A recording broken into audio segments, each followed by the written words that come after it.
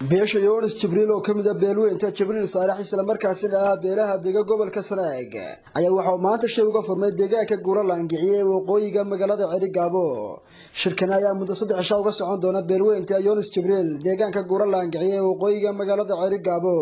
waxaana munaasabadii shirkani ka soo qayb galay madax dhaqameedka beelaha kala duwan ee gobolka Sanaag boqorro salaadiin iyo waxgarad kala duwan waxaana ugu horeyntii munaasabadii shirkan lagu furayay ka hadlay isla markaasina hadalada iska daba qaatay guud ee beesha Yoonis Jibriil Chief Caaqil Saalax Cige iyo waliba odayaasha iyo guudida beesha Yoonis Jibriil wala arki doona shirka hadaan ku noqdo beeshan Yoonis Jibriil Saalax kamid ah sida la sheegay waxay kaga tashanayaan aayahooda hoos ahaaneed oo ay ugu horeyso magtu iyo wixii ay isu qaban lahaayeen balse waxa lagu sii hawl yareynayaa shirka weynaha beesha guud ee Jibriil Saalax ka dhici doona bisha tobnaad labadeeda meesha la yiraahdo daalo shirka hore ka dhici jiray dhammaan Jibriil Tuura meel kasta uu joogo hadduu guban joogo iyo hadduu ooga joogo iyo hadduu qaari joogo iyo hadduu joogo qurbaha waxaan u sheegaynaa oo halkan ka ansixin aan maanta kaga dhawaaqaynaa shirweynihii Jibriil Tuura inuu yahay bisha tobnaad labadeeda iyo daalo halkii la isugu iman jiray shirka beesha meesha ku qabsatay waa sida la sheegay beesha Yoonis Jibriil ayaa fidisay macsuumadan waxaana ku qabsanaysa haddii la yiraahdo shir socon doona 3 maalmood oo ku dhisan oo ku binaysan baahiyaha qoyska halkayntii ka macayd odayaalka horuu sheegay shirka beesha Yoonis Jibriil wuxuu ku salaysan yahay nabad marka hore nabad buu ku salaysan yahay iyo dangaar yacniga ka yar leexleexsan oo ay ka mid tahay gashibaxa magaha ay ka koobtahay marlabaadka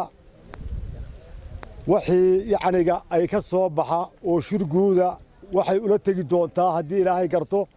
bahaya kale walaalahayo waa Xasan Jibriil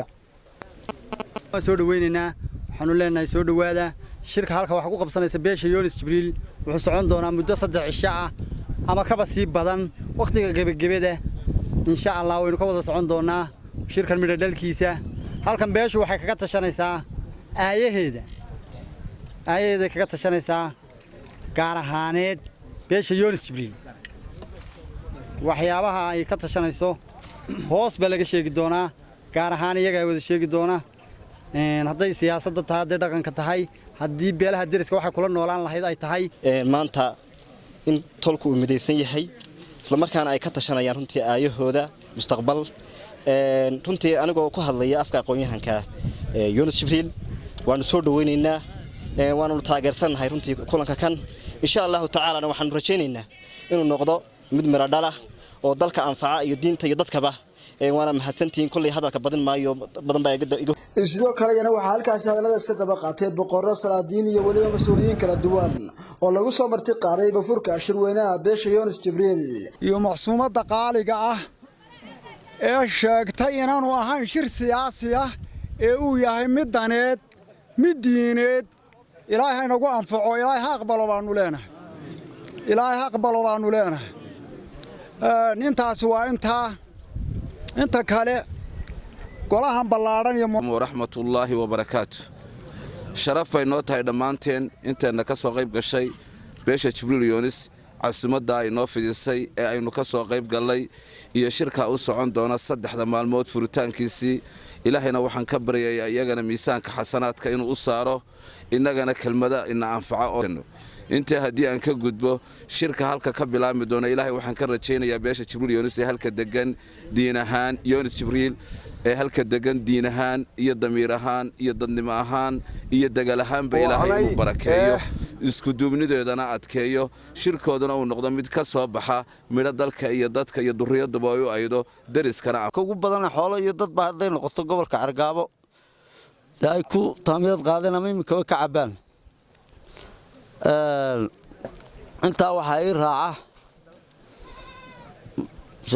magaha aad ba ugu dheeraatay waliyo magahan anigu markaan deerto diitara waa layga badiyaa laakiin mar haddii sheekhyadu ii taabtaan dee alla waa ku daraya anigu waxaan u arkaa halkaa magta dee cami iyo kama iyo diintu markay saa uga hadasho wax diya la yidhaahdo talweyne wada leeyahay anigu garan maayo waayo qofkii agoonka ahaa ama aabihii dhintay intaasaanu siinay 10 halaad xeerar noocaasa dee xeerarku kitaabka miyayna u qorayiin amba qaadanay kitaabka miyay ku jiraan anu aqaas boqor Mustafa raacsanay waxaan leeyahay